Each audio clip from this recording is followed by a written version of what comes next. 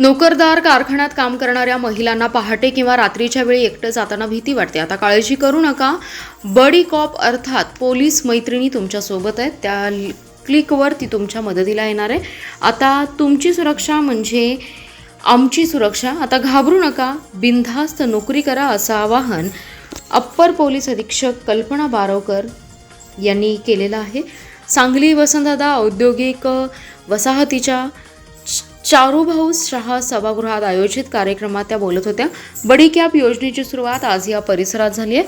Buddy cop विषयी सांगताना बावरकर म्हणाल्या, महाराष्ट्रातील बडी कॉप ही योजना प्रामुख्याने नोकरदार महिलांच्या सुरक्षिततेसाठी महाराष्ट्र पोलीस दलाने सुरू केलेला एक महत्त्वाचा उपक्रम आहे. पुण्यात IT क्षेत्रातील महिलांच्या हत्येच्या घटनेनंतर 2017मध्ये हा उपक्रम प्रथम पुण्यात सुरू केला. त्यानंतर आता महाराष्ट्रातील प्रत्येक जिल्ह्यात सुरू आहे. प्रत्येक पोलीस ठाण्याच्या हद्दीत काम करणाऱ्या महिलांचा एक WhatsApp ग्रुप तयार केला जातो. यामध्ये 100 ते 150 महिला आणि बडी कॉप म्हणून पोलीस कर्मचाऱ्याची नियुक्ती केलेली असते. महिलांना कामावरून येताना जाताना किंवा इतर वेळी असुरक्षित वाटल्यास त्या त्वरित या ग्रुपवर मेसेज करू शकतात किंवा संबंधित पोलिसाशी संपर्क साधू शकतात. आणीबाणीच्या परिस्थितीत महिलांनी संदेश दिल्यास बडी कॉप किंवा जवळचे गस्ती पथक काही मिनिटातच मदतीसाठी येईल. तुम्हाला तुमच्या भागातील बडी कॉप ग्रुपमध्ये सामील व्हायचं असेल तर तुम्ही तुमच्या स्थानिक पोलीस ठाण्याशी संपर्क साधा असं आवाहन त्यांनी केलं आहे.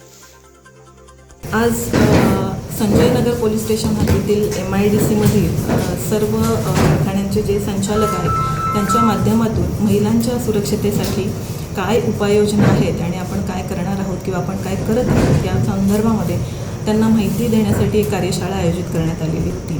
आणि या कार्यशाळेमध्ये बऱ्यापैकी महिलांचा सहभाग आढळून आलेला आहे. यामध्ये आपण महिलांना सुरक्षतेसाठी काय करणं गरजेचं आहे आणि काम करताना किंवा कामाच्या वेळी किंवा काम झाल्यानंतर बाहेर जाताना या सगळ्या वेळी आपल्याला सुरक्षतेसाठी काय काळजी घ्यायची आहे आणि या संकल्पना राबवण्यासाठी आपण पोलीस खात्यामध्ये काय उपाययोजना केलेल्या आहेत यांची अगदी विस्तृत आपण माहिती दिलेली आहे.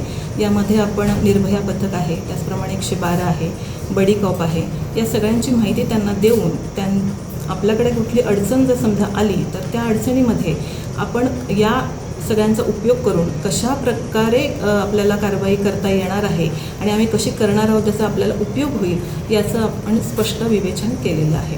आणि अपेक्षा आहे की आपल्या सांगली शहरामध्ये असे कार्यक्रम आम्ही प्रत्येक MIDCमध्ये घेणार आहोत आणि महिलांच्या सुरक्षेसाठी केवळ MIDCमध्ये नाहीच तर इतर ठिकाणीसुद्धा म्हणजे शाळा कॉलेजेसमध्ये सुद्धा महिलांच्या सुरक्षेसाठी आपल्याला जे काही करता येणार आहे ते करून आम्ही महिलांना सुरक्षित ठेवण्याचा जास्तीत जास्त प्रयत्न करू. धन्यवाद.